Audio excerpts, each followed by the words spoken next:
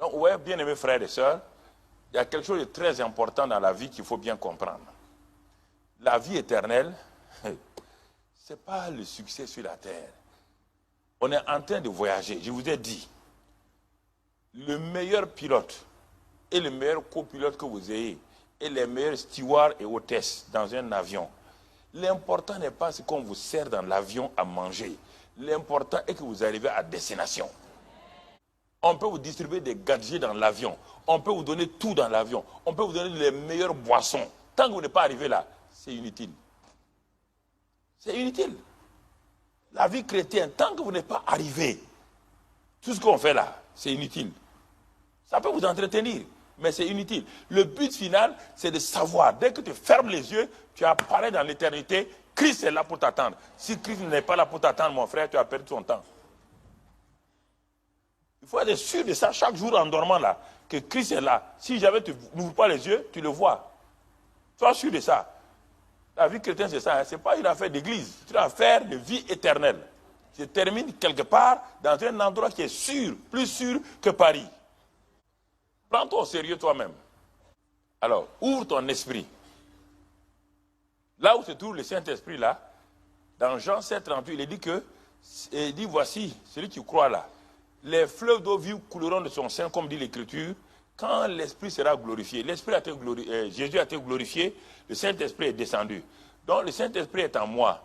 Et il est en moi. Et on dit les fleuves, on dit des fleuves. On n'a pas dit un fleuve, hein, des fleuves. Des fleuves de quoi?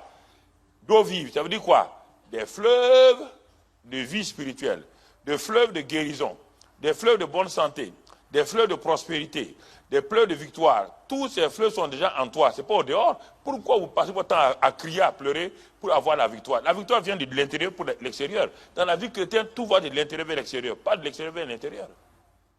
La vie chrétienne part d'ici pour aller vers l'extérieur. C'est pourquoi on dit celui qui est en vous est plus grand que celui qui est au dehors. Il est plus grand. Celui qui est en vous est plus grand que la maladie qui est au dehors. Celui qui est en vous est plus grand que le cancer qui est au dehors. Il y a un dépôt en toi. On te dit que le Christ qui est en toi, qui est le mystère de Dieu révélé, Colossiens 2, 3, qui est le mystère de Dieu révélé, en lui se trouvent tous les trésors de la sagesse, de la science appliquée, tous les trésors. Il dit toute la plénitude de la divinité, tout ce qui est Dieu est en Christ, et Christ est en toi. Comment tu peux manquer quelque chose? Ça, c'est des faits divins. Les faits divins, on les accepte, on ne les comprend pas, on les accepte. Qu'on sente, qu'on ne sente pas, on les accepte. Le problème, quand vous venez pour écouter, vous venez déjà avec des a priori, vous venez avec déjà ce que vous avez lu chez un grand pasteur. Moi, je ne suis pas grand pasteur, mais j'ai un grand Dieu. Voilà, je viens de parler du grand Dieu. Je ne suis pas grand pasteur, j'ai un grand Dieu. Donc, laisse tomber tes grands hommes là. Ah oui, mais Karambiri dit ça, mais il y a Tidijé qui a dit ça. Ce n'est pas mon problème. Si Tidijé a dit, si ce qu'il dit n'est pas vrai, laisse ça tomber. Ce n'est pas en termes de Tidijé, ce n'est pas en termes de stars. Les stars de Hollywood, là, ils se suicident tous les jours là. Il a fait des stars, il a fait des vérités bibliques. C'est la Bible, c'est ça qui est important. Même si le plus grand pasteur du monde l'a dit, si ce n'est pas biblique, moi je froisse ça, je continue ma route. Parce qu'il ne m'intéresse pas. Vous êtes intéressé par les stars. Regardez ce que les faits divins. Les faits divins, ce sont des faits qui viennent de Dieu. Ça ne vient pas de toi ni de moi. C'est ce que Dieu a posé comme des faits. Ce sont des bornes qu'il a établies. On ne peut plus les enlever. Il faut accepter ça. Dieu dit, par ses meurtrissures, tu es guéri. Tu n'as pas besoin de courir à gauche, à droite. Chez Dieu, tu es guéri. Il faut accepter ça d'abord. Accepte ça. Pour qu'à la fin du mois, tu t'en vas à la banque. Tu as demandé au chef comptable. Il t'a dit que le virement a eu lieu. Ton compte est crédité. C'est pourquoi tu vas à la banque? Oui ou non? Alors toi, tu crois à ton chef comptable. Le chef comptable du ciel te dit que toute ta vie est créditée de trésor. Tu ne crois pas à ça.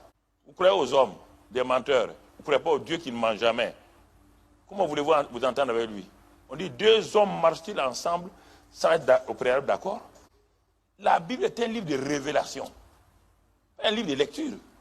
Ce n'est pas le journal du jour. Dieu te parle sous la forme écrite. Quand tu la fermes, tu as dit à Dieu, Monsieur Dieu, ferme ta bouche. Je ne peux pas t'entendre. Quand tu l'ouvres, Tu dis à monsieur Dieu, parle-moi. Je suis là pour t'écouter. Chaque fois que vous fermez la Bible là, c'est pourquoi je vous demande de rester avec votre Bible. Vos iPads, vos iPhones, vos quoi là. Vraiment, moi j'ai horreur de ça. Je ne suis pas moderne, c'est bon. Je suis comme Dieu, il n'est pas moderne. Dieu est éternel, il n'est pas moderne. Quand vous regardez votre iPad là, vous avez tendance de lire vos choses, vos messages. Ouvrez la Bible. Venez avec ça ici, mais à la maison, ouvrez votre Bible. Ouvrez-la, posez-la, regardez-la. Quand vous l'ouvrez seulement, vous ouvrez la bouche de Dieu. Mais dans ça, là, il y a tout. Il y a sorcellerie là-dedans, il y a drogue là-dedans, il y a tout. iPad, iPhone, tout est là-dedans. Mélangé comme ça. Ce n'est pas une Bible, on l'appelle une Bible. Vous tombez dans ce piège-là. Quand vous parlez, on dit que non, Karambili n'est pas moderne. Il ne peut pas être moderne. Dieu est moderne avant toi. Je ne vous dis pas de ne pas lire. Lisez. Lisez. Ce que je vous dis là, la simplicité, plaît à Dieu.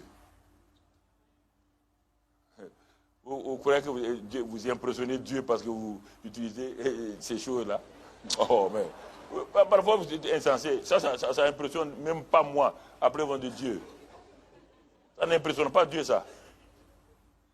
Regardez bien, un fait dans l'Ancien Testament déjà, un fait qui est là clair. Une femme qui avait 60 ans, elle s'appelle Sarah. Elle s'en va en Égypte. Toute la cour, tous les ministres de Pharaon, pourtant l'Égypte est remplie de très belles jeunes filles, de très belles femmes. Tout l'Égypte, tout le pays vient dire à Pharaon, il y a une femme extraordinaire qui est entrée dans la ville là. Il n'est pas normal que Pharaon n'ait pas cette femme parmi ses femmes. Une femme de 60 ans. Post-ménopausée. Non, je vous parle sérieusement. La vie chrétienne, si vous ne la comprenez pas, vous allez croire que c'est une vie naturelle. 60 ans, ça a 60 ans. Maintenant, cette bonne dame là a 75 ans. Elle a 75 ans, elle est dans une autre ville où le roi s'appelle Abimelech.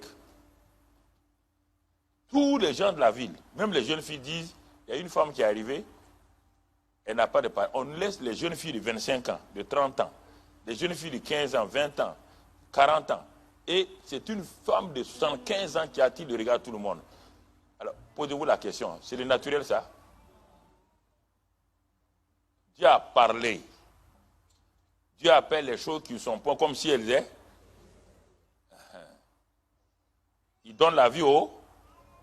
Donc, quand Dieu a parlé, Dieu a amené une vie en Sarah.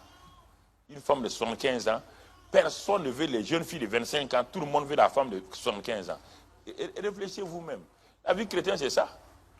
La vie chrétienne, écoutez-moi, c'est pas quand j'arrive dans un milieu, même s'il y a les ministres, il y a des présidents, quand j'arrive dans un milieu, j'étais avec eux, quand j'arrive seulement, tout change. Tout le monde, non, tout le monde me respecte, tout le monde. Je suis des présidents, hein, des premiers ministres. Dès que j'arrive au milieu d'eux, dans toute l'Afrique de l'Ouest, partout, tout le monde change. Tout le monde commence à... Pourquoi? Il y a quelque chose en moi qu'ils n'ont pas.